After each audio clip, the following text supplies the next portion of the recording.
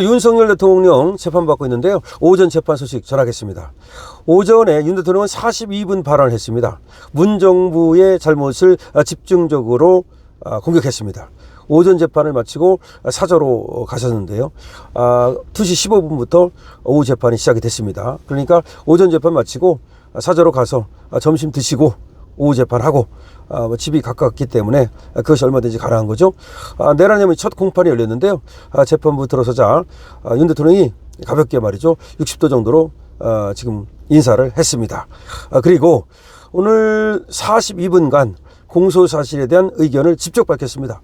역시 검찰총장 출신이기 때문에 변호사들한테 맡기지 않고 지금 검찰이 얘기하는 공소사실에 대해서 42분간이면 길죠. 여기에 대해서 공소사실 부인인데요. 피고인이 직접 의견을 밝힐 수 있거든요. 물론 변호인도 밝힐 수 있습니다만은 변호인은 간단하게 하고 윤 대통령께서 직접 42분간 공소사실에 대한 의견을 밝힌 겁니다. 비상계엄 선포 그리고 그 해제의 정당성을 강조했죠. 전임 문재인 정부 탓을 또 강조했습니다. 검찰은 말이죠, 파워포인트 자료를 통해서 비상계엄의 위법성과 내란죄의 혐의를 지적했습니다. 윤 대통령은 직접 검찰이 준비한 자료의 페이지를 언급해가며 반박했습니다. 검찰이 몇 페이지에서 뭐라고 말했는데 그것은 이렇다라고 하면서 검찰이 준비한 자료의 페이지를 언급해가면서 직접 하나하나 반박을 했습니다. 서울중앙지방법원 형사합의 25부 지기현 부장판사 심리로 지금 윤석열 대통령의 첫 공판 기일을 지금 열은 것이고요. 오늘 오전과 오후 재판이 진행되고 있습니다. 아까 말씀드린 것처럼 말이죠, 이걸 모두 진술이라래요. 모두 진술. 모두라는 것은 전부를 진술한다는 뜻이 아니라 이 모두는 첫머리 진술. 그걸 모두 진술하라는데 42분간 이제 재판을 시작하면서 처음에 진술하는 거, 이걸 모두 진술이라고 얘기합니다. 이걸 42분간 얘기했습니다.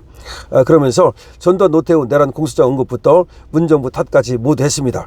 다시 말하면 전두환 노태우 내란 공소장은 이건 진짜 쿠데타잖아요. 그러니까 그거는 내란죄라고 볼 수 있겠지만 그거와 다르다 이 말이죠. 그리고 또 문정부 탓도 했는데 그 내용을 한번 볼까요?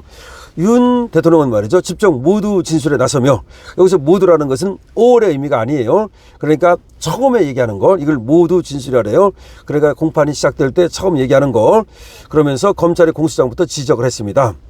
윤 전 대통령은 몇 시간 만에 비폭력적으로 국회 비상계엄 해제 요구를 즉각 수용해 해제한 사건이다 라면서 조서를 거의 공소장에 박아놓은 것 같은 이런 걸 내란으로 구성한 자체가 참 법리에 맞지 않다, 이렇게 주장을 했습니다.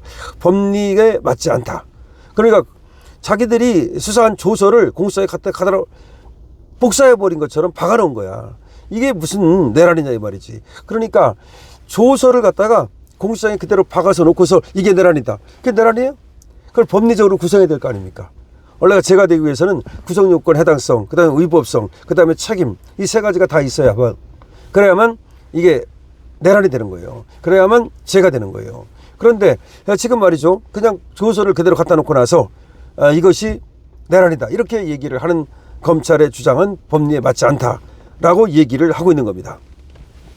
자, 2024년 12월 3일 밤 10시 30분 전부터 그날 새벽 2시 내지 3시까지 몇 시간 상을 쭉 나열식으로 기재한 공소장. 이게 무슨 공소장이냐 이거야.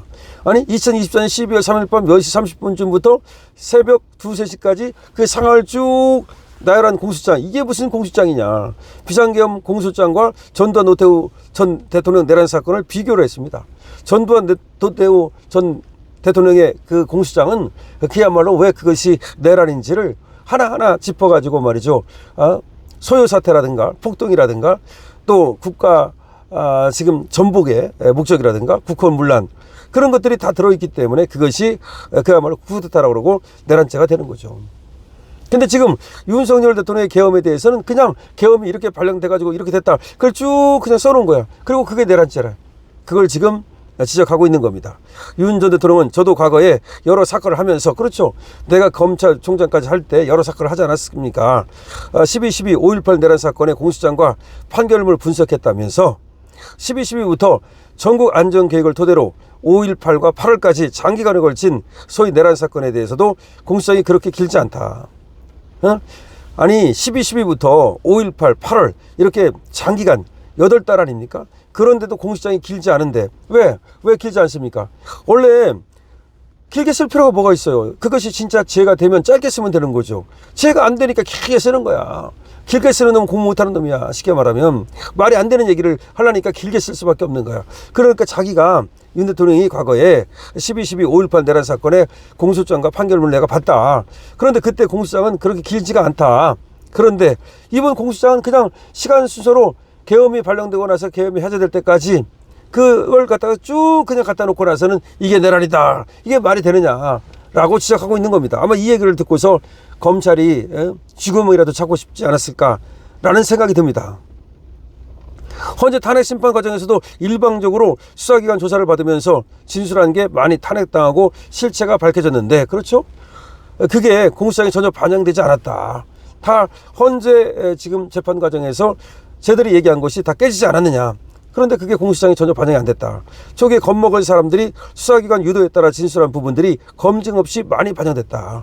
다시 말해서 내란죄라고 해서 끌려가니까 그 경찰청장이고 뭐 별이고 간에 똥별이고 간에 얘들이 겁먹어가지고 그야말로 내란으로 엮으려고 하는 그런 검찰이라든지 공수처 그들의 주장에 그냥 끌려갔는데, 그런 것들이 하나도 수정되지 않고, 그리고 또 우리 지금 윤석열 대통령에 의해서 반박되지 않은 채 그게 공수장에 그대로 들어가 있다. 그러면서 삼청도 안가 모임에 대해서는 문재인 전 정부 탓으로 돌렸습니다. 문재인 전 정부 탓으로 돌렸어요.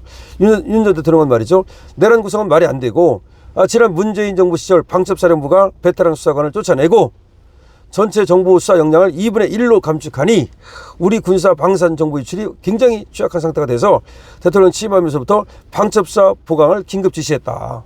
그러니까 문재인 정부 때 방첩사령부의 수사 역량을 완전히 반토막 내버렸다는 거죠. 그래서 윤 대통령이 취임하고 나서 이 방첩사 보강을 긴급 지시를 했다. 문상호 전 정부 사령관 유임에 대해서도 전 정부 시절 상당히 유능한 정보사 간부가 승진도 못하고 대령으로 남아 옷을 벗어야 하는 상황이 돼 아깝게 생각하고 준장으로 진급시키면서 직급에 따른 위기가 중요하다고 판단해서 유임시킨 것이다. 계엄이나 비상조치 관리를 염두에 둔 발언 자체가 없다.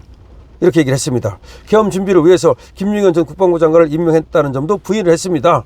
윤 전 대통령은 계엄이라는 건 어떤 상황을 예정해서 늘 준비해야 하는 것이라면서, 그래서 합동참모본부 계엄과 합동참모본부에 계엄과가 있고 매뉴얼이 있고 여러 훈련을 하는 것이라고 말했습니다. 다시 말해서 김용현을 미리 뭐 계엄을 하려고 국방부 장관에 임명하고 그리고 또 계엄을 미리 준비한 거 아니다. 언제나 계엄이라는 것은 언제든지 뭐 국가의 비상사태가 벌어지면 계엄을 할 수밖에 없는 거니까 합동참모본부에는 계엄과라는 것도 있지 않느냐. 그리고 매뉴얼도 있지 않느냐. 그래서 계엄이라고 하는 것은 하나의 국가 비상사태가 있을 때는 할 수 있는 거고, 그 다음에 매뉴얼도 있는 거고, 그에 따라서 한 거지 무슨 누구를 갖다가 특별히 염두에 두고 그 사람을 시켜가지고 계엄을 모의한 바가 없다. 이렇게 얘기한 겁니다. 그 다음에 햄버거집 계엄 모의 가담 의혹을 받는 노상원 전 정보사령관에 관해서는 나는 전혀 아는 바가 없다. 이렇게 얘기를 했고요. 그 다음에 야당이 감사원장 탄핵소추안을 발의하지 않았으면 비상계엄을 하지 않으려고 했다. 감사원장까지 탄핵소추안을 발의하는 걸 보면서 비상계엄을 할 수밖에 없었다. 검사들까지 탄핵하고 또 감사원장까지 탄핵하는 걸 보면서 이거는 계엄을 안 할 수가 없었다. 이런 얘기입니다. 그러니까 계엄을 원래 하려고 하다가 또 없던 일로 하려고 했지만 그러나 그 당시에 계엄을 안 할 수가 없었다라고 얘기를 한 겁니다. 이렇게 윤 대통령은 말이죠, 자기가 직접 42분간에 걸쳐서 이 공소장이 잘못됐다는 점, 그리고 공소 사실이 잘못됐다는 점을 조목조목 비판한 겁니다. 야, 역시 검찰총장을 지낸 오랜 동안의 검사 생활을 한 그런 피고인답게 그야말로 윤석열 대통령이 공소장을 박살냈다고 볼 수 있습니다. 지금 제가 볼 때 법조인으로서 봐도 말이죠, 계엄은 이걸 갖다가 내란죄로 엮는 것은 상당히 이건 무리한 겁니다. 그래서 걱정 안 하셔도 됩니다. 원래는 말이죠, 이번에 윤석열 대통령이 파면만 되지 않았더라면 이 재판은 공소 기각 결정이 났을 것으로 보거든요. 파면이 되는 바람에 공소 기각 결정은 어렵다 하더라도 재판을 받으면 공소 기각 판결이나 무죄 판결이 충분히 가능하니까 걱정하지 마시고, 더군다나 지금 뭐 변호인도 많이 있습니다만은 윤 대통령 본인이 이 부분에 대해서는, 이 분야에 대해서는 누구보다도 전문가이기 때문에, 더군다나 형사재판에서는 전문가 아닙니까?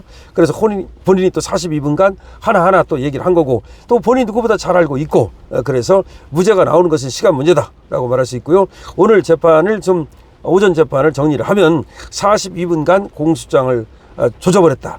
그래서 윤석열 대통령이 42분간에 걸쳐서 공소장을 박살냈다라고 말할 수 있습니다. 검찰 깨갱입니다. 강실업 TV입니다.